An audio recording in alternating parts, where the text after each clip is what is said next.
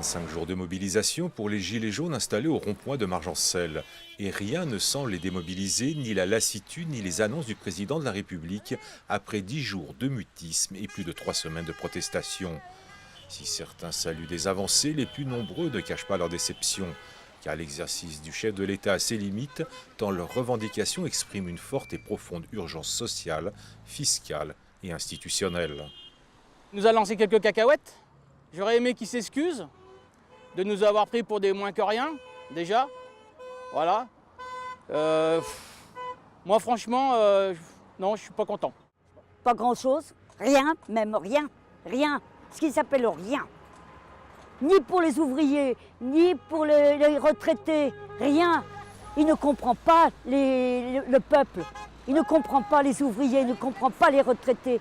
Que ce soit les politiques, que ce soit les syndicats, on n'en veut plus. Tous les bords qui soient, ils sont installés dans un petit bien-être. Là, on se conforte et puis on essaie de garder nos avantages, nos petits privilèges et puis c'est tout. Ces gens-là, on n'en veut plus. On ne veut plus discuter, même plus discuter avec eux. Toujours étiqueté président des riches, la colère des irréductibles gaulois de Margencel s'exprime aujourd'hui contre lui et lui seul. Ils n'ont pas de mots assez durs pour traduire leur détresse. Et ils avancent une proposition partagée par tous, rendre effectif et opérationnel le référendum citoyen, un outil démocratique direct et courageux, inscrit dans la Constitution. Le peuple est en train de reprendre le pouvoir. On lui a enlevé la parole, on lui a enlevé, les gens ont l'impression que quand ils votent, c'est inutile. Aujourd'hui, le fait de ce référendum, de pouvoir lancer au peuple, dire au peuple que quand un élu ne fonctionne pas, on peut le révoquer.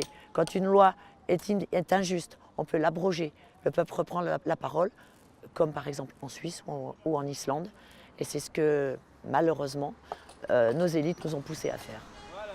Emmanuel Macron a tenté de calmer la colère des Gilets jaunes en annonçant une série de mesures sociales sans revenir sur la suppression de l'USF et sans renoncer à la réforme de l'assurance chômage et des retraites.